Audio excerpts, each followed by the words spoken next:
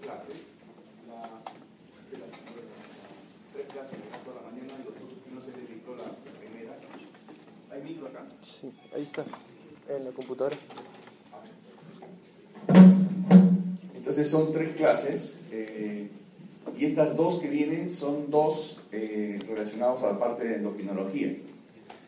La primera es alteraciones del desarrollo puberal y la otra es obesidad y diabetes en niños.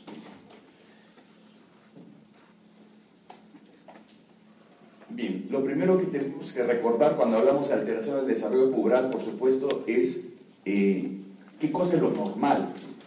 Y a veces lo normal resulta ser estadístico, nada más.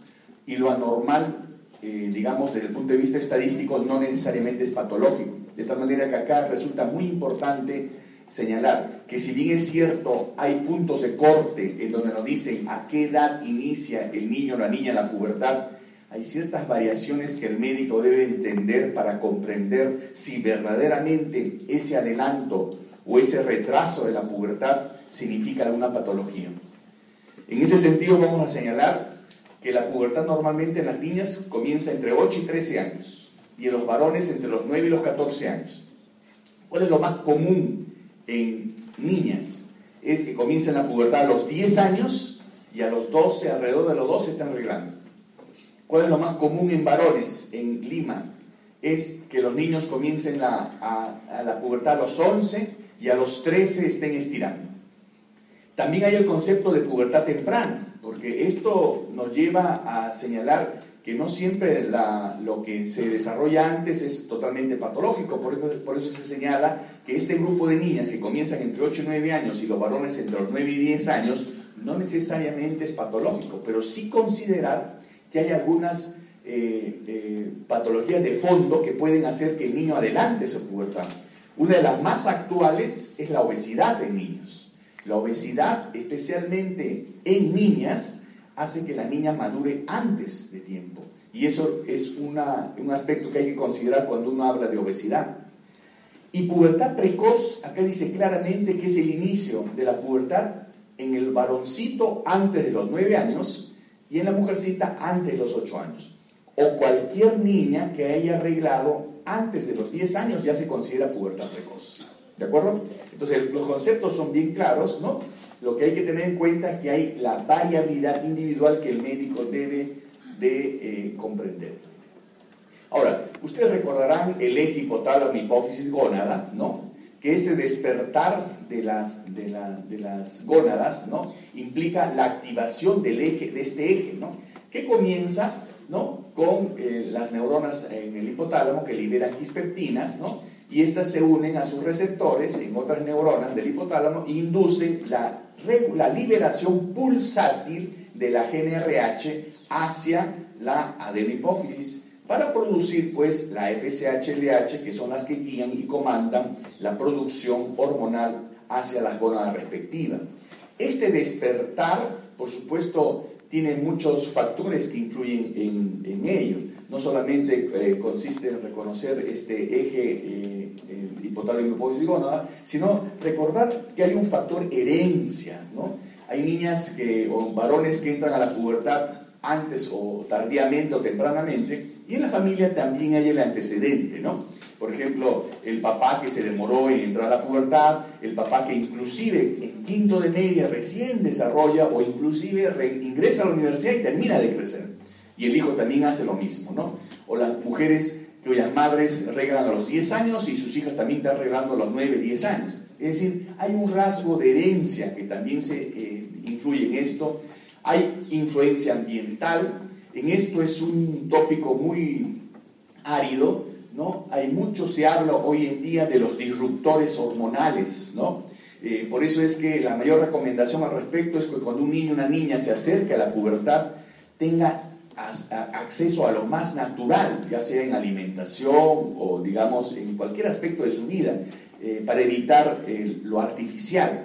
Por ejemplo, uno de los factores, una sustancia más estudiadas es el bisfenol que está en el plástico, ¿no? Entonces esto parece que influye también inclusive en la reproducción, la fertilidad. Entonces este es un campo bien árido, Entonces acá los datos tampoco no son exactos, hay datos contradictorios, pero tenemos que tener en cuenta estos disruptores. La genética, por supuesto, porque los genes también comandan el inicio de la pubertad, ligado a la herencia, el estrés, ¿no? El sueño, el estado nutricional, las condiciones socioeconómicas, los factores metabólicos y, por supuesto, cualquier alteración de los neurotransmisores.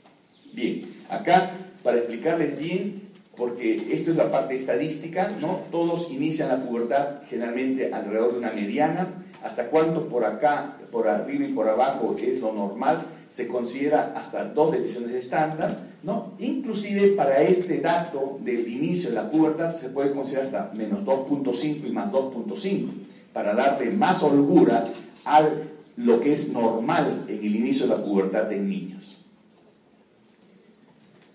Bien, la secuencia también es bien clara. El primer signo de desarrollo puberal en el varón es el aumento del volumen testicular. Por eso es que la madre o el padre no se da cuenta cuando su hijo entra a la pubertad. Y eso requiere, pues, medición del volumen testicular. Cuando el volumen testicular es más de 3 centímetros cúbicos, uno dice inmediatamente, este niño ya entró a la pubertad. Después viene la aparición del vello púbico, lo que se llama pubarquia. Acá hay que también tener en cuenta que tenemos que recordar que nuestra población es una mezcla de razas, ¿no? Entonces, no necesariamente tenemos el aspecto anglosajón, ¿no? Donde el vello es más frondoso, quizás, o mediterráneo. Entonces, muchas veces simplemente hay unos cuantos vellos, nada más, ¿no? O sea que el vello sexual no es tan importante en la valoración de cuánto desarrollo tiene un niño, ¿no? Más importante es el volumen testicular. Después ya viene el desarrollo del pene y la aparición del vello axilar, ¿no? Más o menos ese es el orden que siguen las niñas. En el caso de las niñas, lo que primero aparece es el botón mamario. Puede ser uni o bilateral y se puede acompañar de dolor.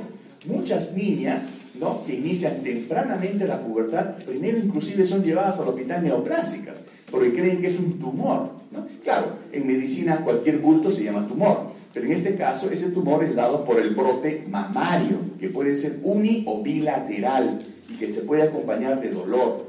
Y en este trayecto, hasta el final, que es la menarquia, pasan 2 años generalmente. Por eso que en la historia clínica uno pregunta, ¿a qué edad regló la madre? Si regló a los 11, comenzó a los 9. Si regló a los 12, comenzó a los 10. Es decir, más o menos uno calcula el intervalo de esa manera para tener ese dato exacto en relación a la madre. Después en el intervalo va el vello pubiano y la presión del vello axilar, ¿no? Aquí es muy importante entonces la evaluación de la mama, de la glándula mamaria. Bien, cuando hablamos de pubertad precoz, hablamos de 2 entidades. Una, pubertad precoz que se inicia por la activación del eje hipotálamo, hipófisis, gónada. Ese es dependiente de GNRH, ese es central. Y la otra, que se inicia independiente del eje hipotálamo, hipófisis, gónada. Muchos lo llaman pseudopubertad precoz o pubertad precoz periférica. Inclusive en los últimos años la denominan también precocidad sexual por quitarle ese nombre de pubertad, porque no tiene nada que ver con el eje normal, que es el que inicia normalmente una verdadera pubertad, ¿no? Por eso que decide todos esos nombres. Acá lo más importante es que esta depende del eje y esta no depende del eje. Entonces, si depende del eje, uno tiene que buscar lo central. Porque ¿qué es lo más importante? Cuando ustedes tienen a una niña o un niño con pubertad precoz, lo primero que se le viene a la cabeza es, ¿no será un tumor que inicia el problema y desencadena la pubertad precoz? Eso es lo primero que uno piensa. Lógicamente, cuando uno revisa las estadísticas, uno dice claramente, ¿quiénes son los que tienen más riesgo a tumor? Son los niños. Los niños tienen más riesgo a tumor. ¿Y qué otro factor de riesgo hay? El que tengan a una edad más temprana. ¿Eso qué quiere decir? Yo tengo 2 ejemplos. Un niño de 2 años, masculino, y una mujercita de 7 años, ¿no? ¿Quién tiene más riesgo? El varón, por ser varón y tener menos edad. Entonces, miren cuál es la prioridad. Si ustedes están, por ejemplo, por decir un ejemplo, están en el Serún y tienen esos 2 casos, entonces tienen que darle prioridad al varón. La ambulancia será para este, la ayuda será para este, porque este tiene más riesgo de tumor. Entonces, de esa manera ustedes tienen una idea cabal cuál es la intención de la búsqueda de la causa. Ahora, Hay otras causas, por supuesto, traumas, malformaciones, infecciones, inclusive hipotiroidismo podría desencadenar muy raramente pubertad precoz, más provocación de retardo puberal. Pero gracias a la naturaleza es pues que la mayor parte de las pubertades precoces son idiopáticas. Y ustedes saben que lo idiopático significa que no se conoce. Pero en realidad eso se está, digamos, averiguando cada vez más. Y se sabe hoy en día que muchas de las idiopáticas no son idiopáticas, sino son mutaciones genéticas que activan el eje de alguna u otra manera, ¿no? Hay genes, las mutaciones, por ejemplo, de la mutación del MKN3, que es un gen que codifica la liberación de quipeptina, del receptor de quipeptina, entonces, que probablemente esa mutación haga que el niño o la niña desencadene pubertad. Entonces, la búsqueda de esas mutaciones nos va a explicar en el futuro mucho de estas causas idiopáticas que son familiares, que son constitucionales y que se dan en grupos familiares. Entonces acá lo interesante es, si es una pubertad precoz central, primero descartar la organicidad, aunque es menos frecuente. ¿Quién está en riesgo? El varón y el que tiene a una menor edad, ¿no es cierto? En el caso de una pubertad precoz periférica, ya vamos a ver cuál es la clínica de esto y cuál es la clínica de esto. En el caso de una periférica, por supuesto, si está independiente del eje, la pregunta es, ¿de dónde viene la hormona masculina? ¿De dónde viene la hormona femenina? Entonces, inmediatamente ustedes recuerdan sus cursos de fisiología, bioquímica, fisiopatología, todo, y vienen ¿de dónde? De las suprarrenales, de las mismas gónadas, ¿no? O de tumores. Entonces, inmediatamente abren el panorama y el diagnóstico diferencial de acuerdo al cuadro clínico. Entonces, bien claro acá, una es dependiente del eje y otra es independiente del eje hipotálamo, hipófisis, gónada. Bien, acá algunas características del eje de la pubertad precoz central o pubertad precoz verdadera, que es dependiente de gonadotrofinas. Siempre la pubertad precoz central respeta la secuencia. O sea, primero es la telarquia, después la pubarquia, después la menarquia, ¿no? Siempre respeta, ¿no? Va en ese orden, ¿no? Igualito en el varón.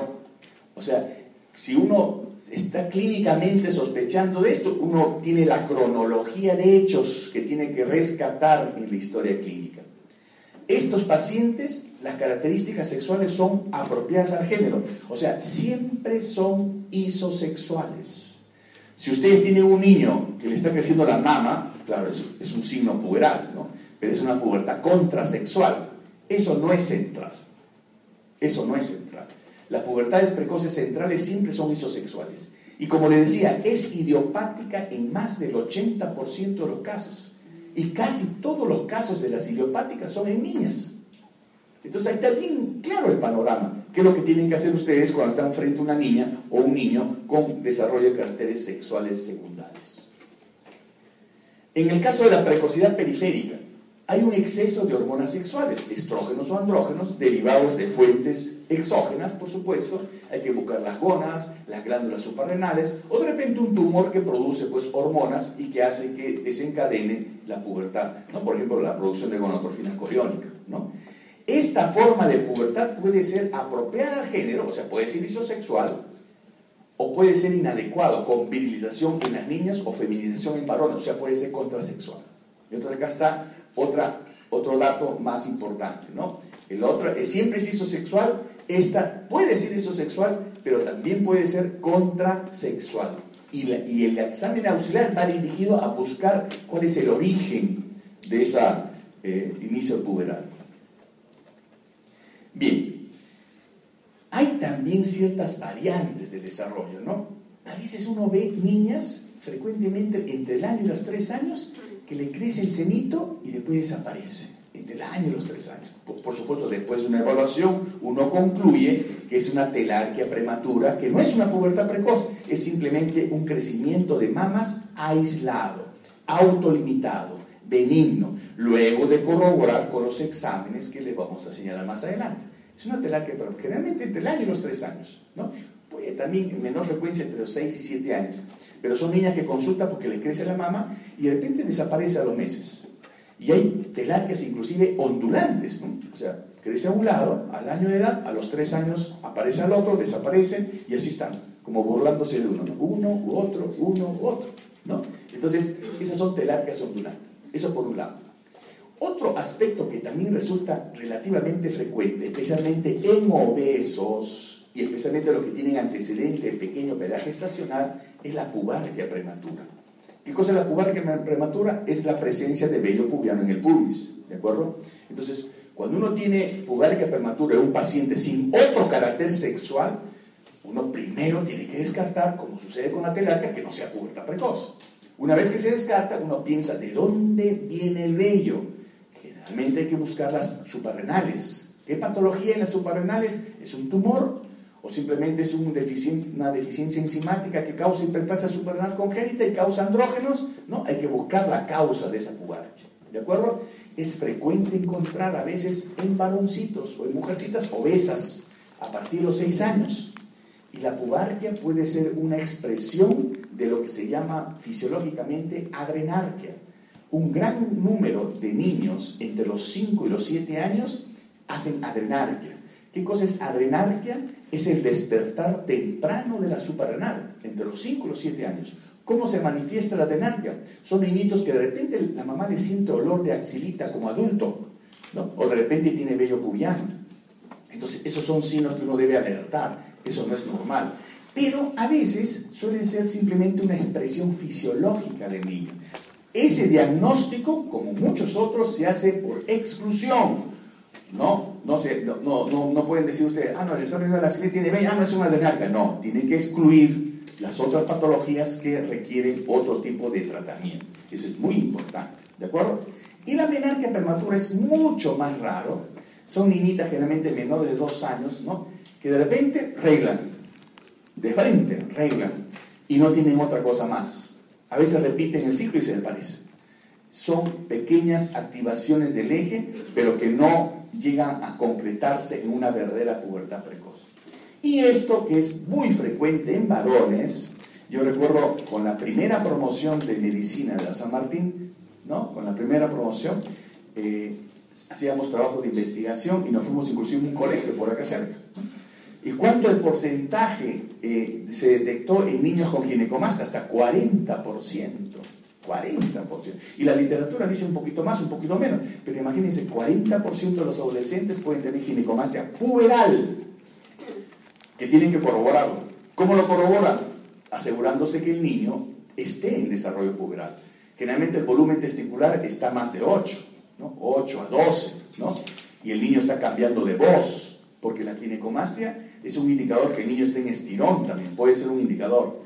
¿Cómo se dan cuenta que un niño está en estirón? Le está cambiando la voz, le presenta a veces un botón mamario que el niño no se da cuenta, salvo que usted lo examine, ¿no? Y eso es lo que sucede en el momento del estirón puberal. Bien, ¿a quién debemos evaluar? A niños menores de 9 años o niñas menores de 8 años que presentan signo de desarrollo sexual secundario. Hay que ver la edad de presentación, la causa, ¿es central o periférico? Esto es muy importante. Y la secuencia y el ritmo del desarrollo. Son datos importantísimos que uno tiene que evaluar cuando uno tiene un niño con pubertad precoz. ¿Qué tan rápido está progresando? Eso también es una pregunta importante. Hay 3 tipos de pubertades normalmente.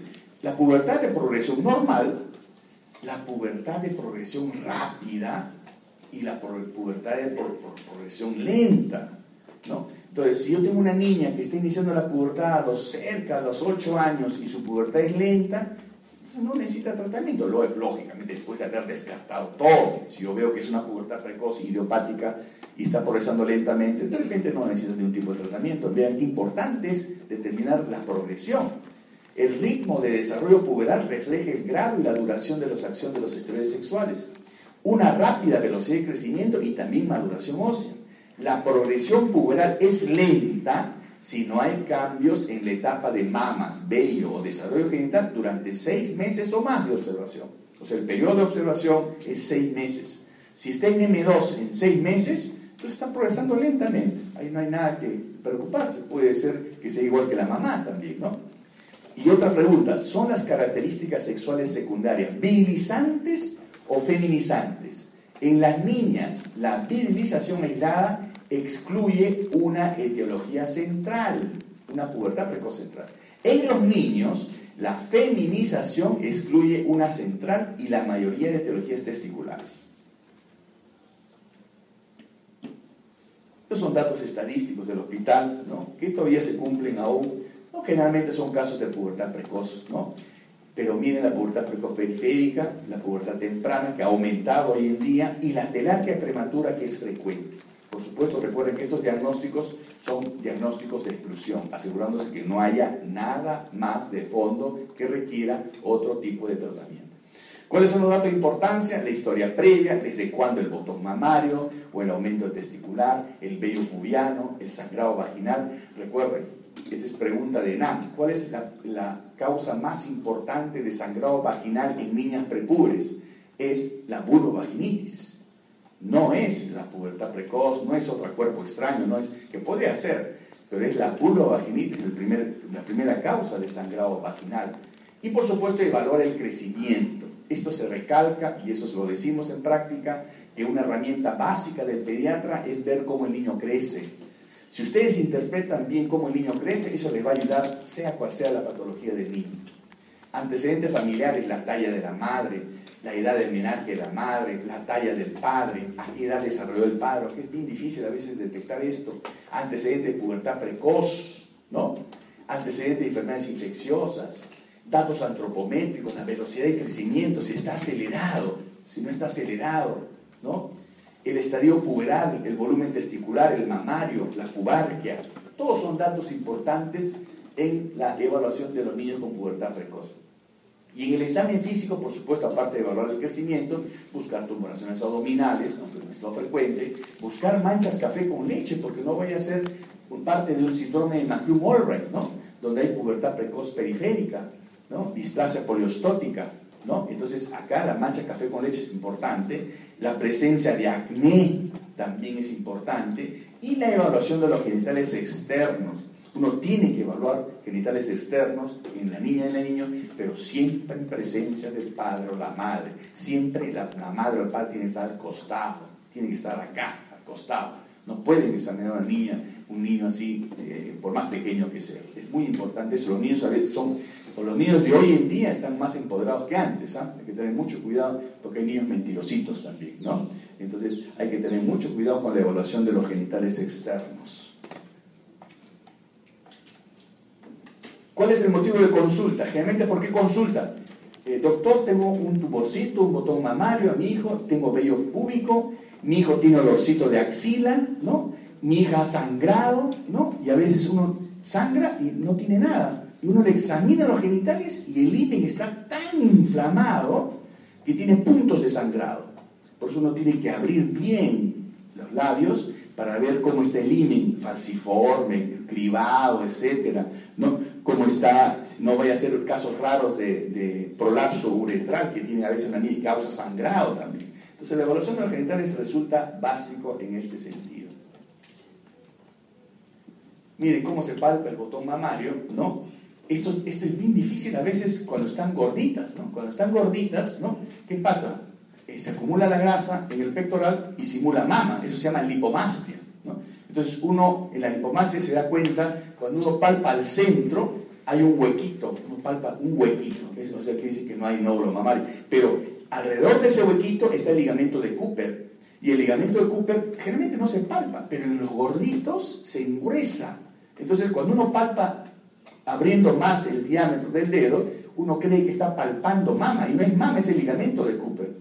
Acá es muy importante el examen físico para detectar, porque al final uno tiene que acercar los dedos hacia el centro y realmente verificar que es el centro el que está desarrollando el botón mamario.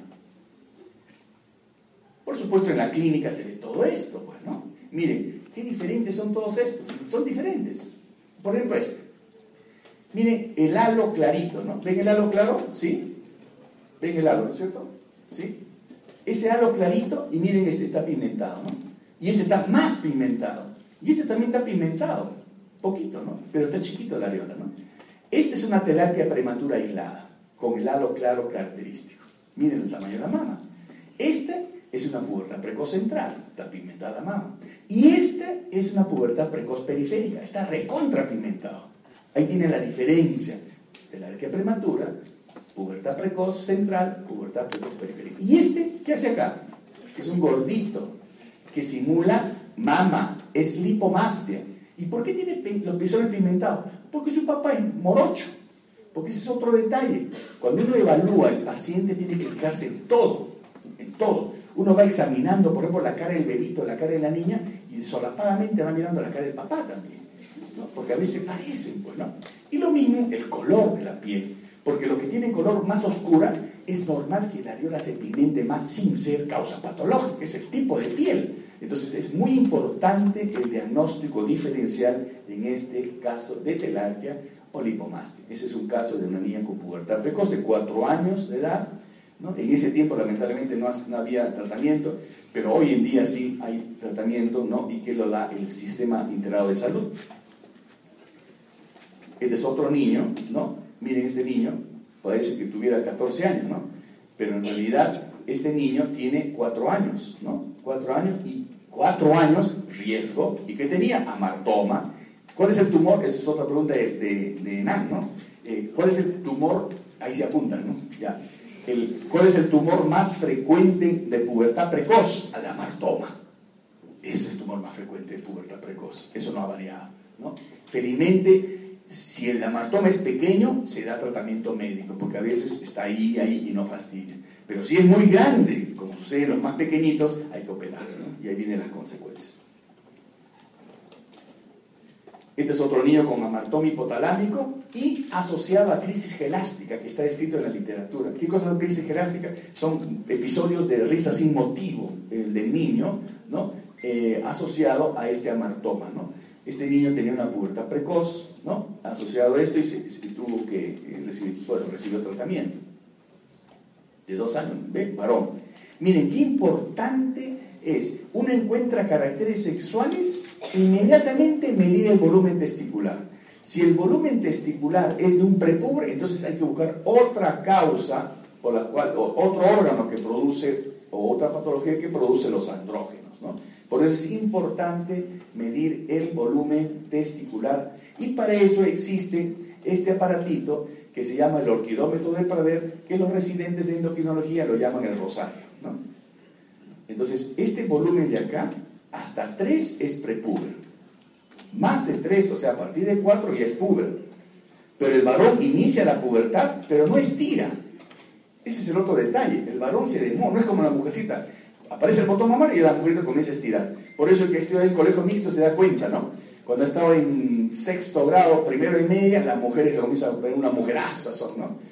Y los hombres somos unas piltrafas chiquititas, ¿no? Mirando, nos apabullan, ¿no? Pero después ya nos nivelamos, ¿no? Entonces, eso es normal, porque el niño entra a la pubertad, no estira. ¿Cuándo estira? Cuando está por acá, con este volumen. Y ojo, para que no se acomplejen, no tengan otras ideas, no todos llegamos acá. O sea, lo importante es que sea a partir de acá, 10, 12, a partir de 8, de 8 para arriba. Porque los Klinefelter pueden llegar a 8 y luego se atrofian. O sea, para cantar victoria, más de 8.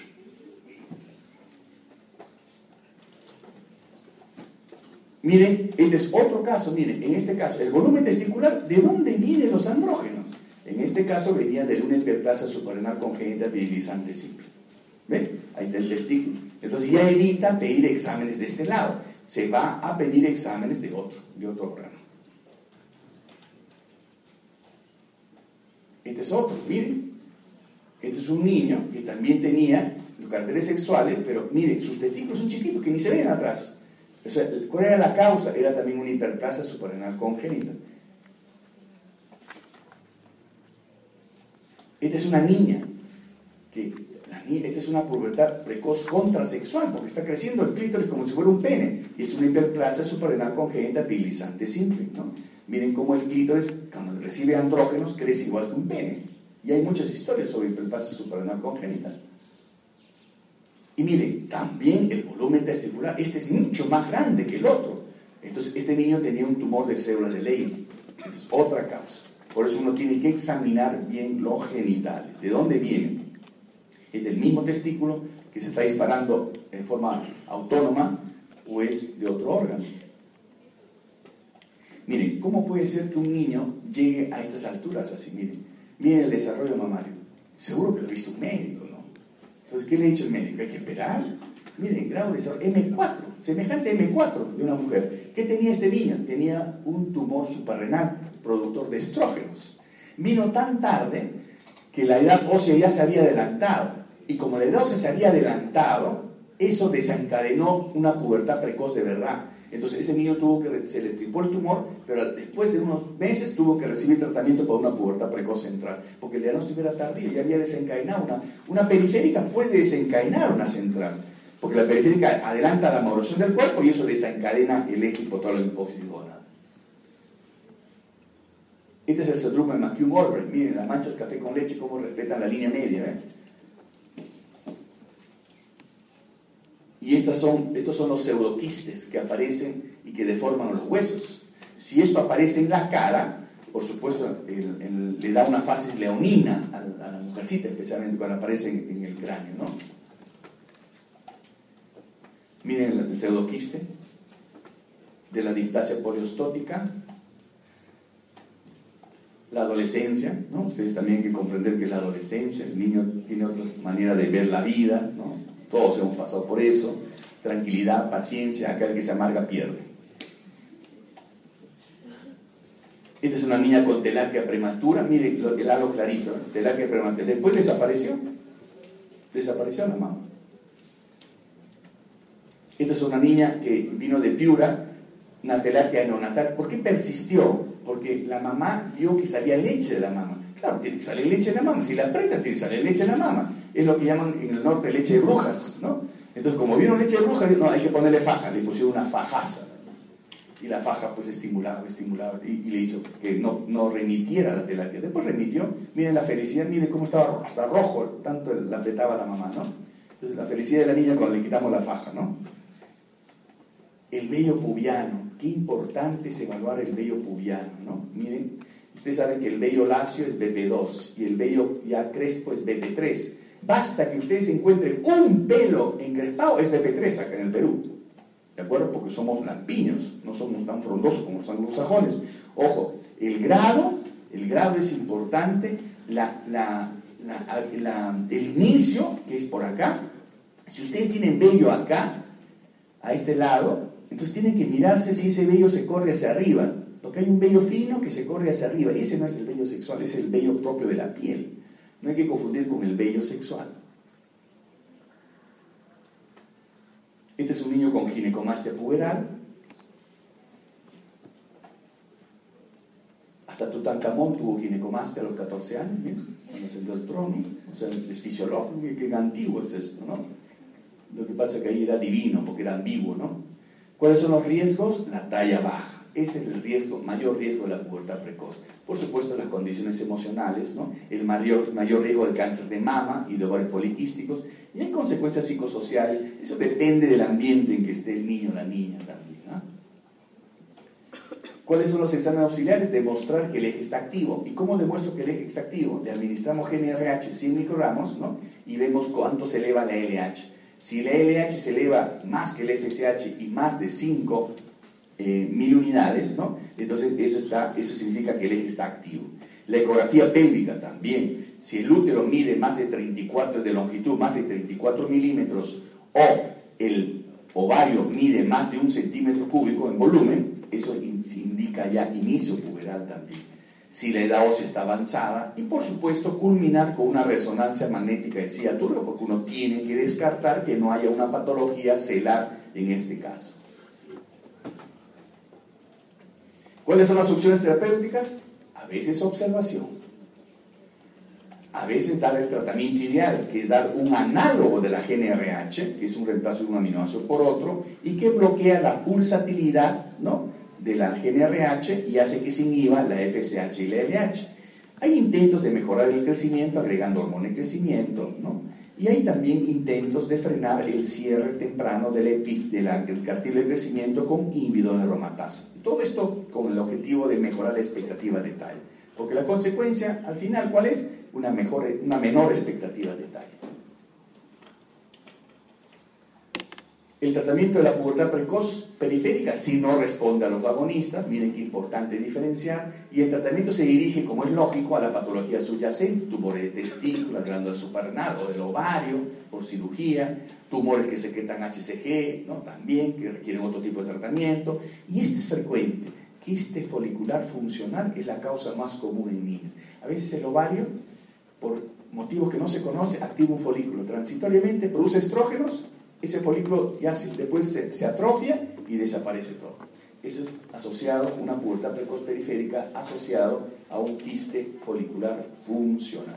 Por eso es importante la evaluación previa, especialmente la ecografía.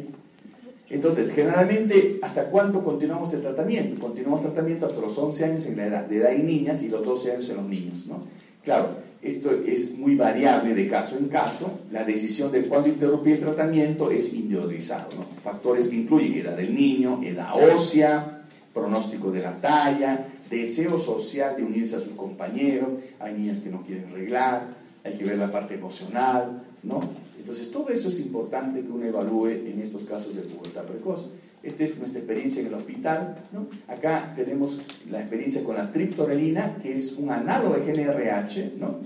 En donde la maduración ósea tiene un lento avance, ¿no? Y aquí hay que recordar que remite todo, pero menos el vello, porque recuerden que el vello es de origen suprarrenal. Entonces, acá se detiene todo menos el vello.